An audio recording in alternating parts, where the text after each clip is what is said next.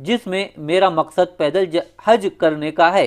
शहाब का कहना है कि पैदल मक्का जाने के बारे में मैंने सुना था, लेकिन इस ज़माने में हिंदुस्तान में शायद ही कोई जिंदा इंसान मिले जो यहाँ पैदल हज करने का अनुभव बता सके, ऐसे शहाब का कहना है। आपको बता दें कि शहाब अभी सफ़र हज के लिए निकल चुके हैं और वो गुजरात में पहुंच चुके हैं। गुजरात में लोग उनका तहे दिल से स्वागत कर रहे हैं और उनके साथ कुछ किलोमीटर पैदल चल रहे हैं। विदेश मंत्रालय के अधिकारी हैरान रह गए जब उन्होंने सुना कि मक्का जाने की इजाज़त के लिए शहाब की दरख्वास्त मिली है। पहले तो उन्हें ये नहीं पता था कि इस मामले को कैसे संभाला जाए, क्योंकि उन्हें इससे पहले पैदल हज का कोई अनुभव नहीं था। आखिर विदेश मंत्रालय ने शहाब के पैदल सफ़र को हरी झंडी दे दी है।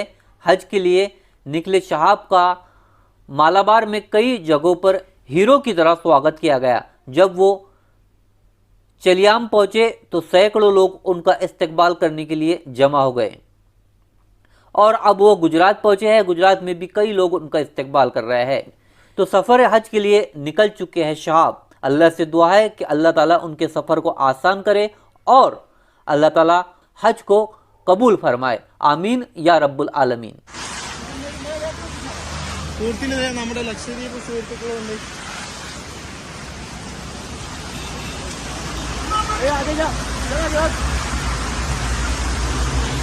ട്രക്ക് ബസ്സുകളൊക്കെ തിരക്ക്, നല്ല മഴയാണ്. മഴനെക്കാട്ടും കൂടുതൽ കാറ്റാണ് കേട്ടോ. അതുകൊണ്ടാണ് ഷിയാബ്ക്ക ഫുള്ള് ഇതാക്കിയിട്ടുള്ളത്, റെയിൻകോട്ട് ഇട്ടിട്ടുള്ളത് കണ്ടോ.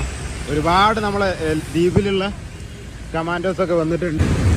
ഈ റെയിൻകോട്ട് ഇട്ടതിനെ കൊണ്ട് എന്താ പറയുക, കാറ്റിൻ്റെ ബുദ്ധിമുട്ടില്ല. മറ്റേ കുടയൊക്കെ പിടിച്ച് പോകുമ്പോൾ കാറ്റ് ഭയങ്കര ബുദ്ധിമുട്ടായിരുന്നു.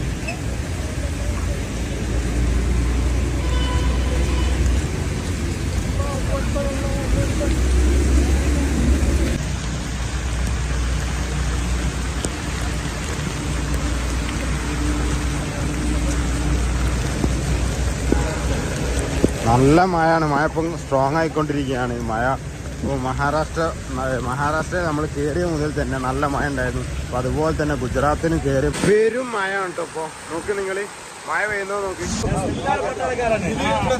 എല്ലാവരും പോലീസുകാരല്ല,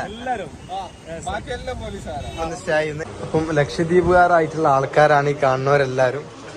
ഷിയാബ്ക ലക്ഷദ്വീപുകാരാണല്ലോ അല്ലേ ഇവരെല്ലാരും? എന്ത് തോന്നുന്നു ഇപ്പൊ? സലീം സാറ് ഇന്നലെ വന്നിരുന്നു. അപ്പോൾ ഭയങ്കര സന്തോഷമായി. എനിക്ക് പൊതുവെ ലക്ഷദ്വീപ് ഞാൻ ഇഷ്ടപ്പെടുന്ന ഒരു സ്ഥലമാണ്. കാരണം ഞാൻ അവിടുത്തെ ഒരു മക്കബറ പറഞ്ഞിട്ടുണ്ടായിരുന്നു ഷിയാബ്ക അല്ലേ. അപ്പോൾ ഭയങ്കര സന്തോഷമായിരുന്നു ഇന്നലെ. പക്ഷെ ഇന്ന് ഇവിടെ ഇത്രയും എല്ലാവരെയും ഒന്നിച്ച് കാണാൻ പറ്റുമെന്ന് ഞാൻ വിചാരിച്ചില്ല. പിന്നെ അതിലേറെ അൽഹംദുലില്ലാഹ് റാഹത്ത് എന്താണെന്ന് വെച്ചാൽ ഗുജറാത്തിലേക്ക് പ്രവേശിച്ചു ഇന്ന്.